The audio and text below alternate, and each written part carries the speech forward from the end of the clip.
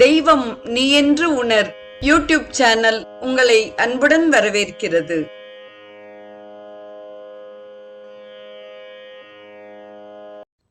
அன்பு உள்ளங்கள் அனைவருக்கும் உற்சாகமான இனிய சுபதின வணக்கம். இன்றைய ஸ்ரீ கௌமாரம் நிகழ்வில் கந்தபுராணத்தில் பிரம்மனை குட்டிய முருகன் பகுதி 2 நாம் தொடர்ந்து சிந்திக்க இருக்கிறோம்.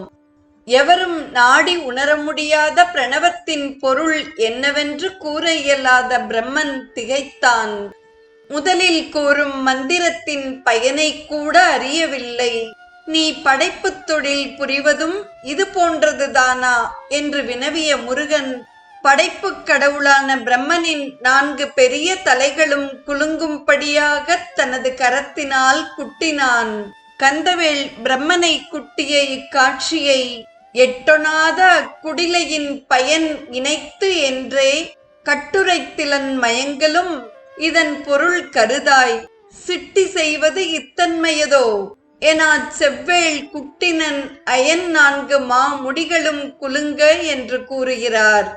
குட்டுப்பட்ட பிரம்மனை வீரவாகுத்தேவர் முதலிய துணைவர்களை கொண்டு சிறையில் அடைக்கச் செய்தான் முருகன். பிரம்மனின் படைப்புத் தொழிலை கந்தவேல் தானே செய்யத் தொடங்கினான். பரம்பொருளாம் சிவபெருமானின் திருக்குமாரனாகிய கந்தவேல் ஒரு கையில் ருத்ராட்ச மாலையும் ஒரு கையில் தூக்குச் செம்பும் தாங்கி 2 திருக்கரங்களால் முறையே வரதமும் அபயமும் காட்டி ஒரு முகத்துடன் வீற்றிருந்து நான்முகனின் படைப்புத் தொழிலை தானே மேற்கொண்டான். இந்த ஒரு அற்புதமான காட்சியை ஒரு கரம் தன்னில் கண்டிகை வடம்பறித்தொருதன் கரதலம் தன்னில் குண்டிகை தரித்து 2 கரங்கள் வரதமுடு அபயம் தர பரம்பொருள் மகனோர் திருமுகம் கொண்டு சதுர்முகன் போல் விதி செய்தான் என்று அழகுற வர்ணிக்கிறார். படைப்புத் தொழிலை முருகன் மேற்கொண்டதால் அத்தொழில் மிகவும் சிறப்பாக நடந்தது. ஏனெனில் முருகன் படைத்த உயிர்கள் குறைபாடுகள் இல்லாமல் இனிதே தோன்றின. அதே நேரத்தில் தனது மகன் குட்டுப்பட்டு சிறையில் அடைப்பட்ட செய்தியை அறிந்த திருமால் பிரம்மனை விடுதலை செய்யும் முயற்சியில் ஈடுபட்டார். தேவர்களையும் அகத்தியர் முதலிய முனிவர்களையும் தமது இருப்பிடத்திற்கு அழைத்து வரச் செய்தார். அவர்கள் அனைவரையும் அழைத்து கொண்டு திருக்கையிலையை அடைந்தார். திருமால் ஈசனிடம் விவரம் கூறி பிரம்மனை விடுவிக்க வேண்டினார்.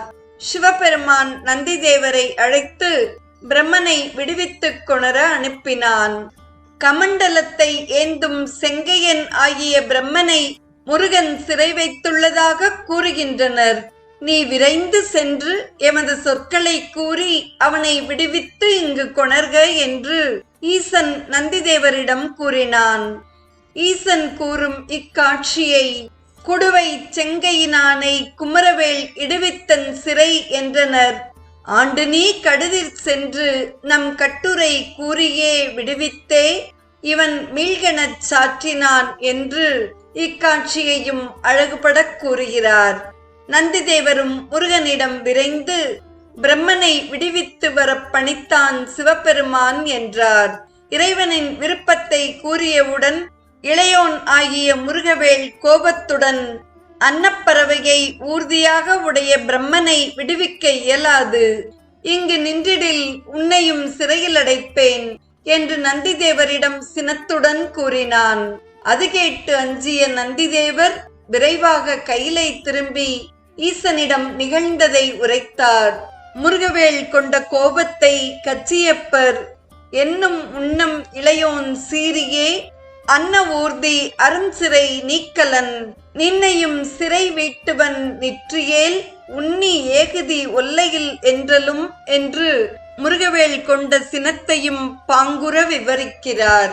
கருணை மிக்க கண்ணுதற் பெருமான் தானே நேரில் சென்று பிரம்மனை விடுதலை செய்திடக் கூறினான். ஐயனே, தங்களின் அருளின் திறம் அழகாக உள்ளது. மறைகளின் முதல் எழுத்தையே உணராத ஒருவனை முதற் தொழில் இயற்றும் பொறுப்பில் அமர்த்தி உள்ளீர்கள். பிரம்மன் தாழ்ந்த முறையில் பூஜிக்க அவனுக்கு இப்பொறுப்பை அருளினீர்களோ என முருகன் ஈசனிடம் வாதாடினான்.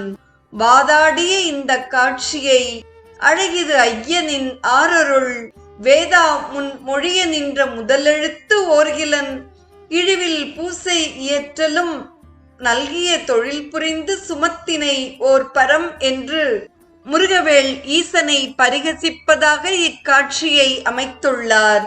வேதங்களின் முதல் மந்திரத்தின் பொருளை அறியாதவன் எங்கனம் உயர் பதவியில் நீடிக்கலாம்? இதுவே முருகனின் வாதம்.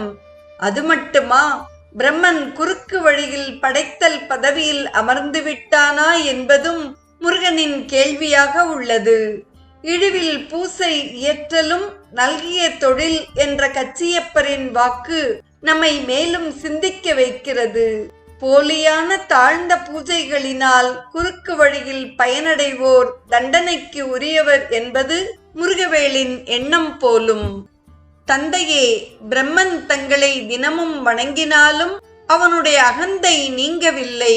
அதனால்தான் அவனை சிறையிலிருந்து விடுவிக்கவில்லை என்றான் முருகன். முருகனின் இவ்வாதத்தை நின்னை வந்தனை செய்யினும் நித்தலும் தன் அகந்தை தவிர்கிலன், ஆதலால் அன்னவன் தன் அருஞ்சிறை நீக்கலன் என்ன மைந்தன் இயம்பிய வேலையே என்று கூறுகிறார். மைந்தனே முருகா, இது என்ன செய்கை? பிரம்மனை விடுதலை செய்ய நாம் நந்தியிடம் கூறி அனுப்பினோம்.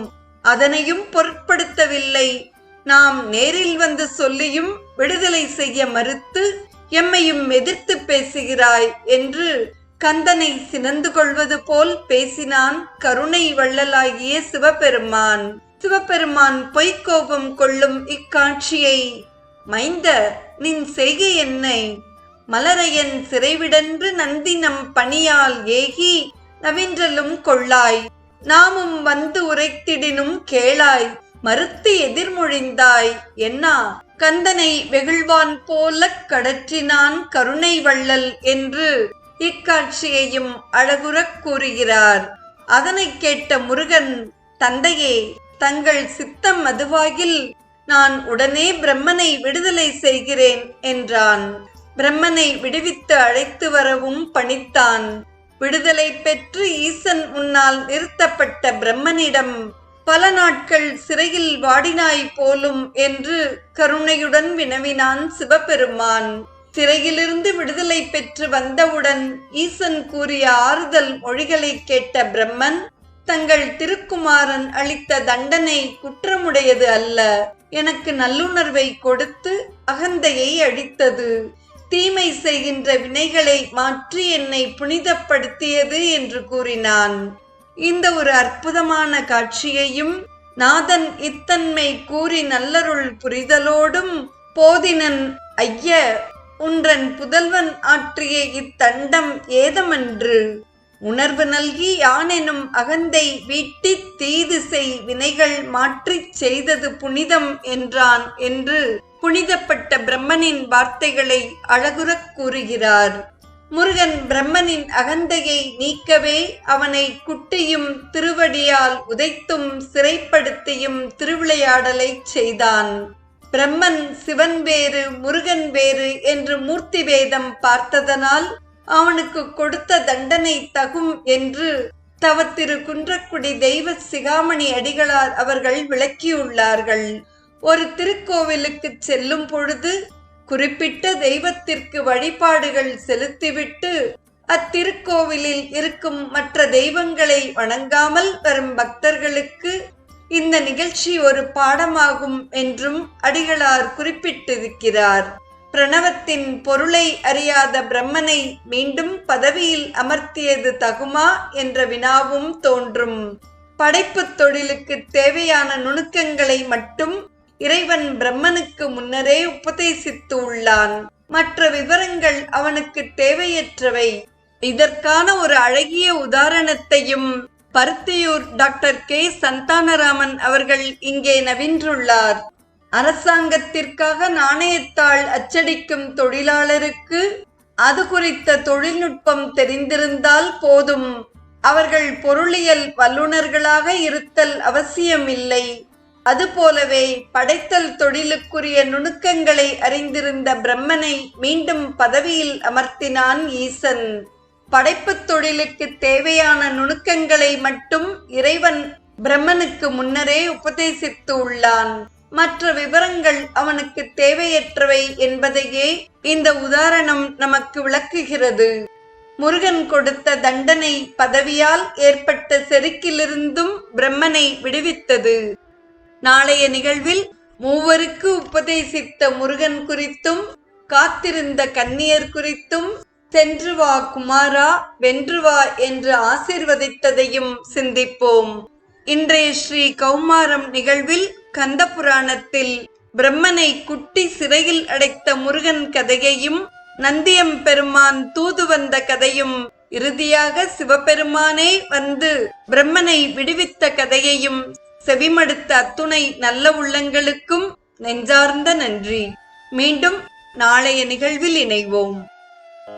தெய்வம் நீ என்று உணர் யூடியூப் சேனலை கேட்டு மகிழ்ந்த நீங்கள் உங்கள் நட்பு வட்டத்திற்கும் பகிர்ந்து தொடர்ந்து உங்களது நல்ல ஆதரவினை சப்ஸ்கிரைப் செய்து வழங்குமாறு அன்புடன் வேண்டுவது உங்கள் அன்பின் விசாலம்.